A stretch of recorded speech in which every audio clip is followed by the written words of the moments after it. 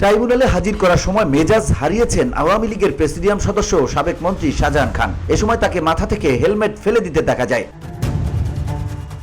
রোববার জুলাই আগস্টে বৈষম্য বিরোধী ছাত্র আন্দোলনে গণহত্যার অভিযোগে সাবেক 12 মন্ত্রী, প্রতিমন্ত্রী, প্রধানমন্ত্রীর 2 উপদেষ্টা সহ 19 আসামিকে আন্তর্জাতিক অপরাধ ট্রাইব্যুনালে হাজির করা হয়। এ সময় অন্যান্যদের সঙ্গে শাহজাহান খানকেও হাজির করা হয়। এক পর্যায়ে তিনি রেগে গিয়ে মাথার হেলমেট ফেলে দেন। পরে পুলিশ সদস্যরা আবার তার মাথায় হেলমেট দেন। বসুন্ধরা, উত্তরা, বনশ্রী, কুড়িল ও বাড্ডা সহ রাজধানীর বিভিন্ন স্থানে অভিজাত ও অত্যাধুনিক মানের ফ্ল্যাট কেনার এক নির্ভরযোগ্য প্রতিষ্ঠান pleasant properties limited.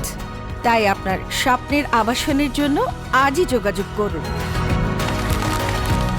Pleasant properties limited, where destiny matches eventually. উল্লেখ্য, গত 18 ফেব্রুয়ারি জুলাই আগস্টে বৈষম্য বিরোধী ছাত্র আন্দোলন চলাকালে গণহত্যার অভিযোগে গ্রেপ্তার সাবেক 12 মন্ত্রী, প্রতিমন্ত্রী, সাবেক প্রধানমন্ত্রীর 2 উপদেষ্টা সহ 19 আসামিকে হাজির করার জন্য 20 এপ্রিল দিন ধার্য করেছিল আন্তর্জাতিক অপরাধ tribunal. VOD Bangla news desk.